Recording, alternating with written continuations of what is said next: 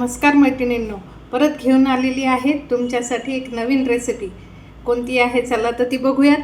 आज आपण करणार आहोत विदाऊट पनीर पालक पनीरची भाजी. ती कशी करायची ते बघूयात. आणि त्याच्यासाठी लागणारं साहित्य आहे 1 गड्डी पालक, अद्रक लसूणची पेस्ट, मीठ, 7-8 हिरव्या मिरच्या आणि 1 बटाटा. चला तर मग करूयात सुरुवात आपल्या या नवीन रेसिपीला. सर्वप्रथम मी आता पाणी गरम करायला ठेवलेलं आहे. त्याच्यामध्ये आपण 1 गड्डी पालक टाकून घेणार आहोत. हे पहा, मी पालक स्वच्छ पाण्यात धुवून घेतलेला आहे आणि तो चिरला आणि धुवून घेतला आहे. तर तोच आता आपण गरम पाण्यामध्ये घालून घेऊयात.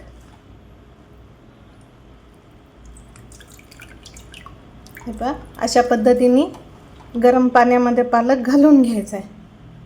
आणि त्याच्यानंतर करूयात आपण पुढची प्रोसिजर. हे बघा, अशा पद्धतीने आपण याला मस्तपैकी गरम पाण्यामध्ये एक छोटीशी उकळी काढून घेऊयात. कारण काय, तो काही जास्त शिजवायचा नाही किंवा खळखळ उकळून नाही घ्यायचा. फक्त गरम पाणी त्याच्यासाठी घालायचं आहे की त्यात जे काही बॅक्टेरिया किंवा काही घाण असेल तर ती निघून जाईल आणि पालक एकदम स्वच्छ होऊन जाईल. त्याच्यामुळे आता आपण याला हाय फ्लेमवरती एक उकळी काढून घेऊयात. 1-2 मिनटात उकळी येईल आणि त्याच्यानंतर काय करायचं ते तुम्हाला पुढे सांगते. पालकाला बारीक चिरायची वगैरे गरज नाही. फक्त नीट स्वच्छ करून घ्यायचा, त्याचे देठ काढून घ्यायचे आणि धुवून घ्यायचा स्वच्छ. ते धुतल्यानंतर असं गरम पाण्यामध्ये टाकून घ्यायचं. हे बघा, उकळी यायला सुरुवात झाली आहे पाण्याला. अजून 1 मिनटं ठेवूयात. थोडासा सॉफ्ट झाला की काढून घेऊयात.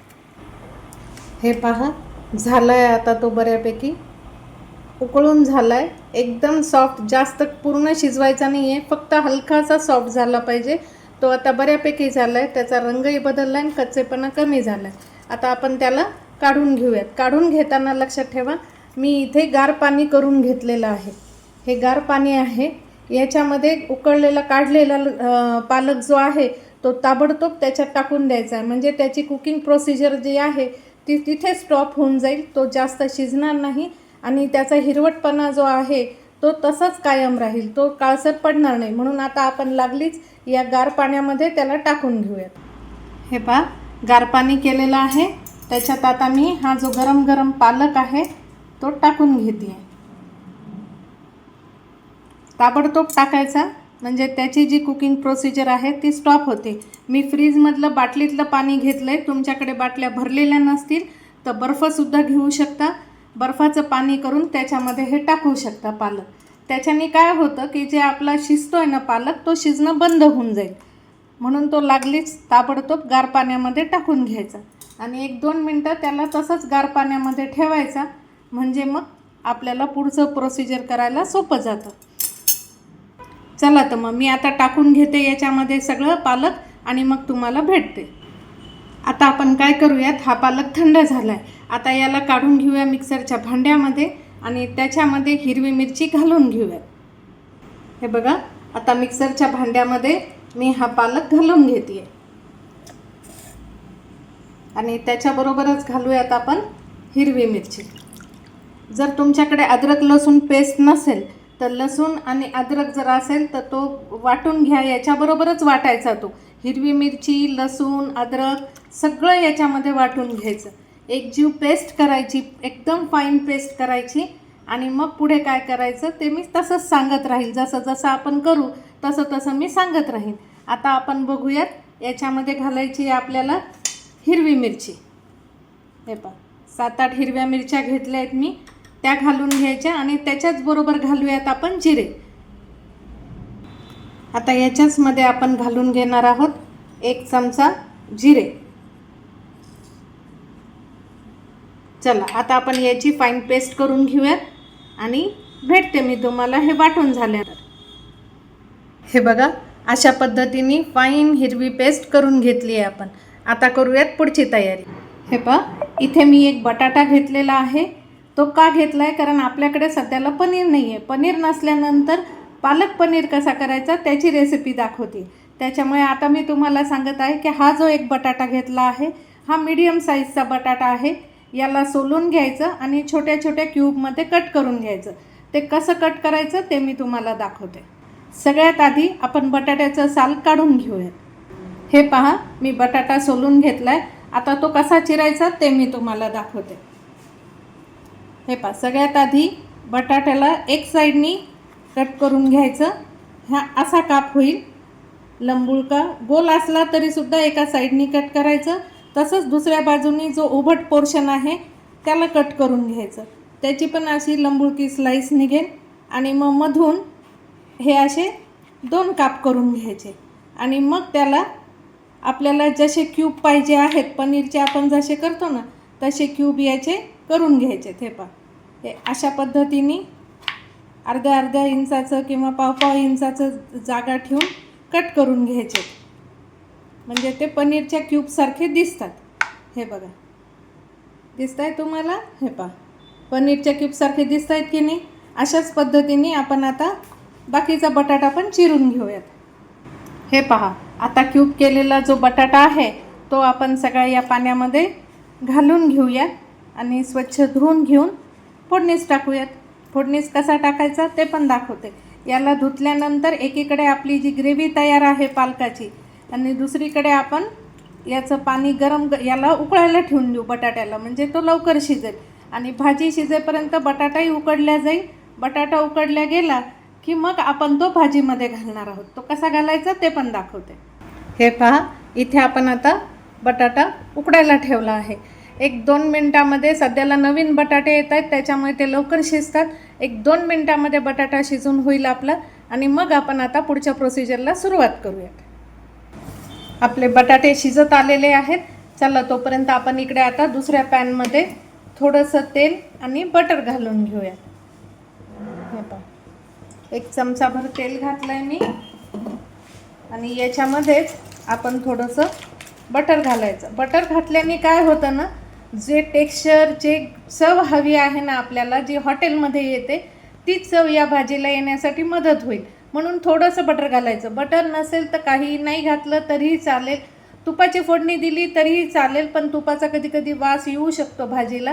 म्हणून शक्यतो एक तर तेलाची फोडणी घाला किंवा मग बटर आणि तेल मिक्स करून घालाल. आता आपण ह्याच्यामध्ये एक छोटंसं थोडंसं बटर घालून घेऊया.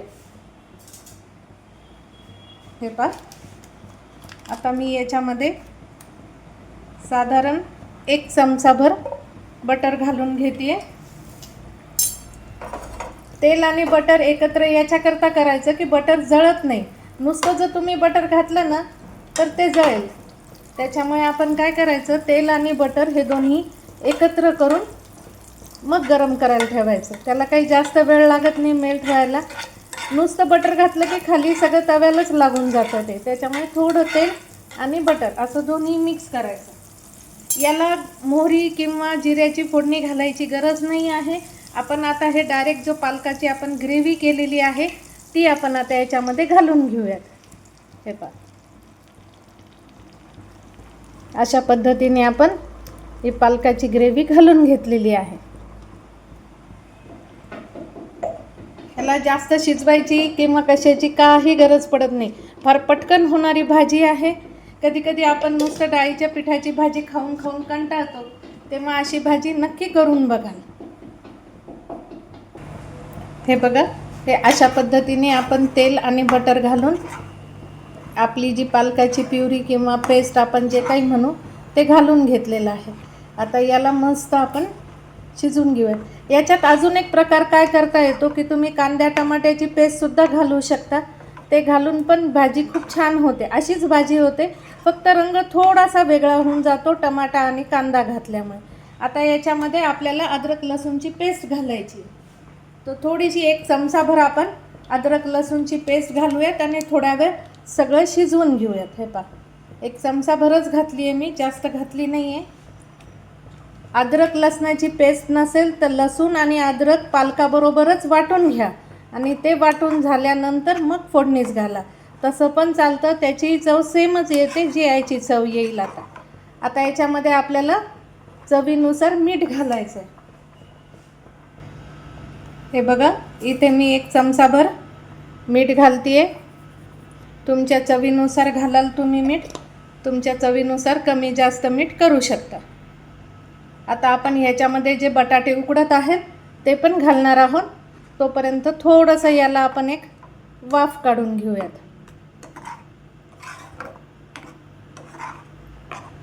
अगदी पनीरची भाजी जशी आहे ना तशी सेम चव येते. याला काहीही फरक नाही आहे पनीरच्या भाजीत आणि या भाजीमध्ये. तुम्ही नक्कीच करून बघाल आणि मला सांगाल की तुम्हाला कशी वाटते भाजी ही ती.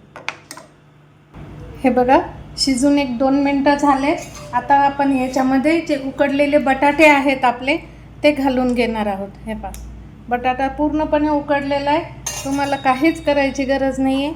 आता याला मस्तपैकी याच्यामध्ये एकजीव करून घेऊयात आणि 1-2 मिनटं फक्त त्याला भाजीमध्ये शिजू देऊयात. जेणेकरून काय होईल की बटाटे आणि भाजी दोन्हीही एकजीव होईल. वाटते की नाही पनीरची सारखी भाजी. हे पहा कुठे कळते का तुम्हाला की बटाटा आहे का पनीर आहे काय आहे, कोणालाही कळणार नाही. गुपचूप पद्धतीने बिना पनीरची भाजी झटपट होती, छान होती आणि कुठेही पनीर नाही ह्याचा भास होत नाही. कारण बटाटा पूर्ण शिजल्यावरती त्याला असं काही वेगळी अशी चव किंवा काही नसते. त्याच्यामुळे सेम त्याला पनीरसारखं लागतं. आपण ह्याला मस्तपैकी आता पालक पनीर म्हणून सर्व करू शकतो. हे पहा आता याला फक्त आपण 2 मिनटं ठेवूयात. 2 मिनटानंतर काढून घेऊन सर्व करूयात. हे बघा 1-2 मिनटं झालेले आहेत. आपली भाजी आता पूर्णपणे तयार आहे. आता आपण ह्याला सर्व करायला घेऊयात. जास्त तुम्ही त्याला शिजवायच्या भानगडीत पडू नका, कारण त्याचा रंग जो आहे तो चेंज होऊन जाईल. हिरव्या रंगाच्या ऐवजी काळसर रंग येईल. त्याच्यामुळे आता जेवढं शिजलेलं आहे तेवढं बस आहे. हे पहा बटाटे पण मस्त शिजलेत त्याच्यामध्ये. हे पहा पूर्ण बटाटा शिजलेला आहे. त्याच्यामुळे आता शिजवायची काही गरज नाही आहे आपल्याला याला. आता आपण गॅस बंद करूयात आणि सर्व करूयात. हे पहा केवढी मस्त झाली आहे ना भाजी. आता आपण याच्यावर सर्व करताना परत एकदा थोडंसं बटर घालूयात. किंचित घालायचं, जास्त नाही. याच्याने चव जी हॉटेलला येते ना सेम तशीच चव येते. हे पहा आता मस्तपैकी आपली पालक पनीरची भाजी तयार आहे. पालक पनीर म्हणण्यापेक्षा पालक बटाट्याची भाजी तयार आहे की नाही. सोपी आणि मस्त आयडिया. कशी वाटली ते मला नक्की कळवाल. आवडला असेल तर लाईक करा, शेअर करा आणि कमेंट करायला विसरू नका. चला तर मग परत भेटूयात पुढच्या रेसिपीमध्ये. तोपर्यंत बाय बाय.